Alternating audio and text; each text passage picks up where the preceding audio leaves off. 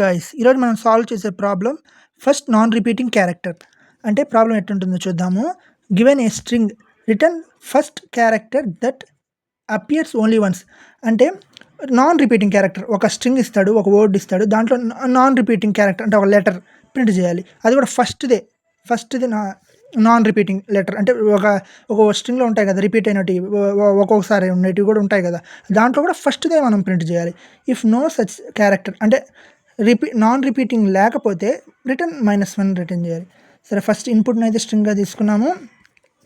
దాని తర్వాత ఇది ఫ్రీక్వెన్సీ అనే వేరియబుల్కి డిక్షనరీని అయితే అసైన్ చేసుకున్నా.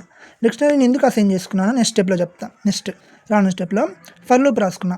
ఇక్కడ ఫ్రీక్వెన్సీ ఆఫ్ సిహెచ్, ఫర్ లూప్లో frequency of CH frequency dot get CH comma 0+1. ఇది ఎందుకు రాసుకున్నానంటే డిక్షనరీ అంటే కీ వాల్యూ అంటే మనకి ఏం కావాలి ఇక్కడ ఎందుకు డిక్షనరీ వాడానంటే మనకి ఒక క్యారెక్టర్ అది ఎన్నిసార్లు రిపీట్ అయింది దాని యొక్క ఫ్రీక్వెన్సీ మనకు తెలియాలి.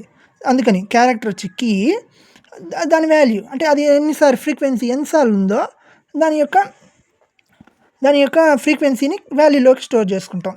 గెట్ అనే ఫంక్షన్ వాడా. ఇక్కడ గెట్ అనే ఫంక్షన్ వాడా. కీ ఇది కీ అంటే క్యారెక్టర్ వస్తుంది. ఇక్కడ దాని యొక్క వాల్యూ +1 కౌంట్ని +1 చేస్తున్నా. ఇక్కడ వస్తుంది. ఇది ఇప్పుడు డిఫాల్ట్ వాల్యూ అనమాట. ఇది డిఫాల్ట్ వాల్యూ 0కి అసైన్ చేసుకున్నా. డిఫాల్ట్ +1 వస్తుంది అంటే వస్తున్న కొద్దీ. దాని తర్వాత ఫర్ లూప్ వాడా. ఇంకో ఫర్ లూప్ ఇక్కడికి ఏమొచ్చేస్తుంది అంటే ఫ్రీక్వెన్సీ ఆఫ్ క్యారెక్టర్స్ వచ్చేస్తుంది ఈ స్టెప్కి. నెక్స్ట్ చూద్దాం. ఫర్ సిహెచ్ ఇన్ ఎస్ అంటే మళ్ళీ అదే ఫర్ లూప్ రాసుకున్నాను. ఇఫ్ ఫ్రీక్వెన్సీ ఆఫ్ సిహెచ్ అంటే దీంట్లోకి వచ్చి ఉంటాయి కదా లెటర్స్, ఒక్కొక్క లెటర్ ఫ్రీక్వెన్సీ వాటి యొక్క ఫ్రీక్వెన్సీ ఈక్వల్స్ టు 1 అయితే ప్రింట్ సిహెచ్ చేయమన్నా. బ్రేక్ అంటే ఫస్ట్దే మనకు కావాలి, ఫస్ట్తో ఎండ్ చేసేస్తున్నా. ఒక్కటి చాలు మనకు, ఫస్ట్ చాలు. బ్రేక్ ఎల్స్ అంటే నాన్ రిపీటింగ్ లేకపోతే -1 ప్రింట్ చేయమన్నా. ఓకే, ఇప్పుడు లీడ్ కోడ్ అనేది మనకి ఇచ్చాము ఇన్పుట్గా, దాంట్లో ఎల్ అనేది అవుట్పుట్గా వస్తుంది మనకి. ఇదే లీడ్ కోడ్లో ప్రాబ్లం ఉంది, దానికి ఇండెక్స్ని ప్రింట్ చేయాలి. అది ఒకసారి మీరు ట్రై చేయండి.